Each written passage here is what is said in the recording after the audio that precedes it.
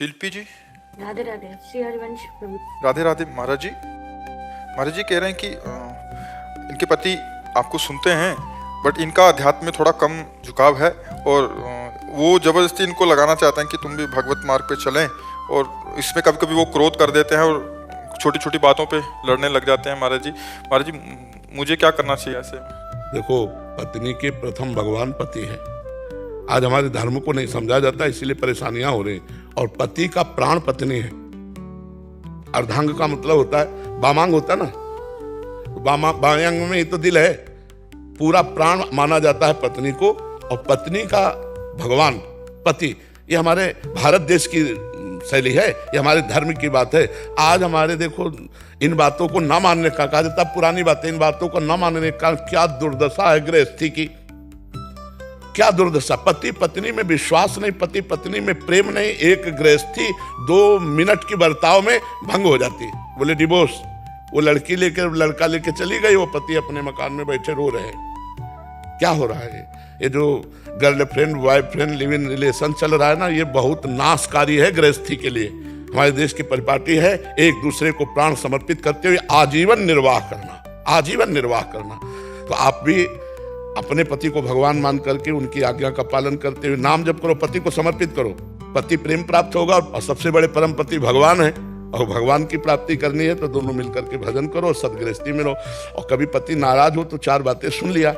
देखो, सुनने वाला बड़ा होता है, सुनाने वाला नहीं होता। सुनने वाला बड़ा होता है। जैसे कोई गाली दे रहा है तो आप सुन लिए तो आप क्षमावान हैं, आप बलवान हैं। वो बलवान नहीं, वो तो गाली दे रहा है। तो आप नाम जप करो, भगवान को अर्पित करो कि हमारे पति हम पर प्रसन्न हो।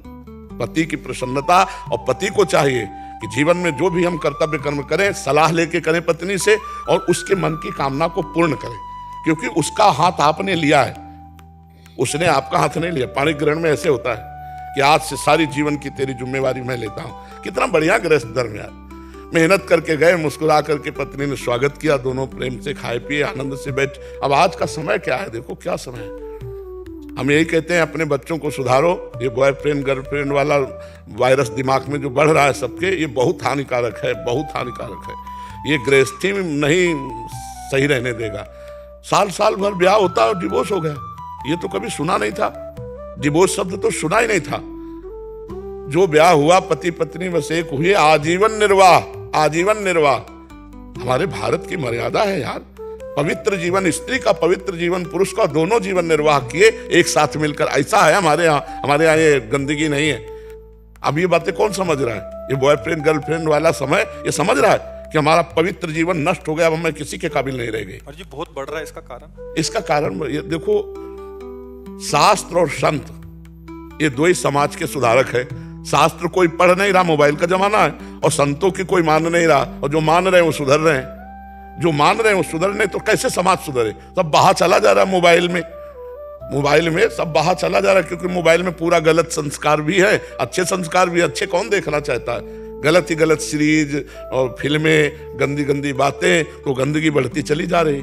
और नए जमाने के बाहर की हवाएं आती हैं। अब देश विदेश सब जाना होता है तो वहीं के संस्कार बन रहे हैं। खान पान गलत है, बुद्धि भ्रष्ट है, माता पिता का आदर नहीं, गुरुजनों का आदर नहीं, शास्त्र स्वाध्याय नहीं, इसलिए भ्रष्ट हो रहा है समाज। अब जो बड़े बड़े संत हैं वो सब अपनी अपनी सीमा में हो गए, क्योंकि जान रहे संसार बड़ा विचित्र है। साधु पहले भ्रमण करते थे, अब भ्रमण करें तो कह देंगे बच्चा चोर है, मार डालेंगे। अरे बच्चा चोर है तो बंदी बना लो, दिन में जांच कर लेना, भारत के ही तो है। नहीं, मार डाला लाठी डंडों से। तो साधु महात्मा अगर गांव गली जाए तो कहो कहते बच्चा चोर है, मार डालें। तो सुधरेंगे कहां से?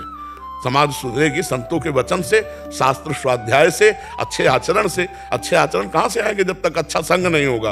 और संग है वही कुसंग, गंदी बातें हैं। तो हमें लगता है कि गृहस्थी बड़ी समस्या में है।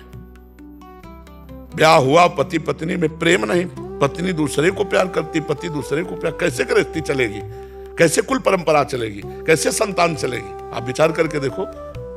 तो इसलिए हमें लगता है कि अगर माता पिता भी और बच्चे दोनों सुधरना चाहें तो बहुत अच्छी बात है। हमारा समाज उन्नति को प्राप्त हो, नहीं तो अवनति को प्राप्त हो रहा है, बहुत अवनति को।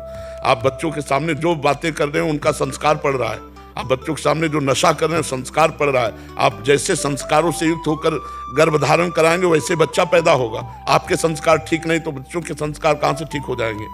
जब गर्भ में बच्चा आ जाए उस दिन से ब्रह्मचर्य रहना चाहिए गृहस्थी को। जब तक बच्चा ना हो जाए और समय ना आवे तब तक उसे ब्रह्मचर्य कौन रहता है?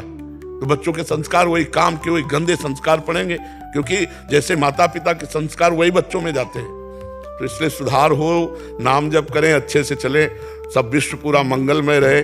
भावना तो यही, सर्वे भवन्तु सुखिनः, सर्वे सन्तु निरामया, सर्वे भद्राणि पश्यन्तु माँ कश्चित् दुःख भाग भवेत्। लेकिन हमारे अकेले कहने से नहीं होगा, आप भी सुधरो तब होगा।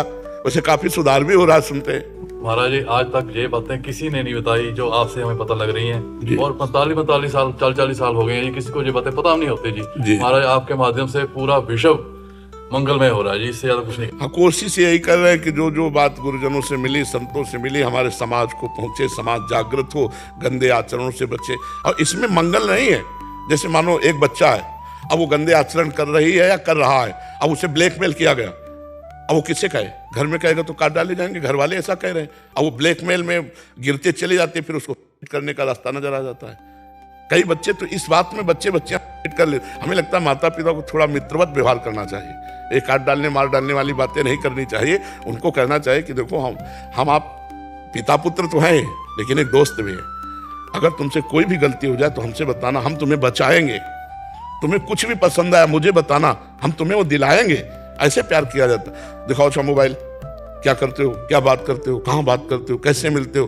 तो बच्चे को लगेगा कि अगर हमसे कोई गलती हुई है और हमें कोई ब्लैकमेल कर रहा है तो हम अपने पापा से कह सकते हैं। लेकिन पापा एक फुर्सत कहाँ है? पापा को इतनी फुर्सत कहाँ कि 5 मिनट बैठकर बच्चे को थोड़ी जीवनी को सुधारें। तो माता पिता ही प्रथम गुरु होते हैं। ये जो boyfriend girlfriend live in relation, ये जो गंदी बातें हस्त मैथुन आदि बच्चों में चला है, ये बहुत नाशकारक है, बच्चे नहीं समझ रहे हैं। और अगर इससे सुधार हो जाए तो स्मृति प्रवीण हो जाए, शरीर बलवान हो जाए, आगे चल करके परिपक्व हो जाएंगे। कई बार हम कहते हैं, आप किसानी को जानते हैं, खेती जब गेहूं गलेथ में होता है, गलेथ का मतलब बाली निकलने वाली होती है, अगर उस समय काट लिया जाए तो एक दाना नहीं मिलेगा। और वही बाली आ जाए और महीना भर और रुक जाओ तो 40 मन निकलेगा उसी में। तो 20 वर्ष तक बच्चा गलेथ में समझो ब्रह्मचर्य वो, और जब 20 के बाद जहां ब्याह हुआ तो फिर वो अनाज वाला समझो। फिर वो लड़का बच्चा परिवार उसका कुछ बाल बाका नहीं होगा। लेकिन 20 वर्ष के पहले यदि ब्रह्मचर्यहीन हो गया तो गृहस्थी लायक नहीं रहेगा, गृहस्थी लायक नहीं रहेगा। ऐसे व्यसन, ऐसा व्यभिचार, ऐसी क्रियाएं कर रहे हैं कि वो शरीर को तो कुछ समझ रहे हैं, उनको जरा सा सुख लगा तो लगा यही सुख है, और उसी में बहते चले जा रहे हैं। इसलिए ब्रह्मचर्य अत्यंत आवश्यक है। बच्चों की पवित्रता आवश्यक है। बच्चों की जीवन की उन्नति के लिए माता पिता का कर्तव्य है कि उनकी रक्षा करें, उनका जीवन पवित्र रखें, तभी बात बनेगी।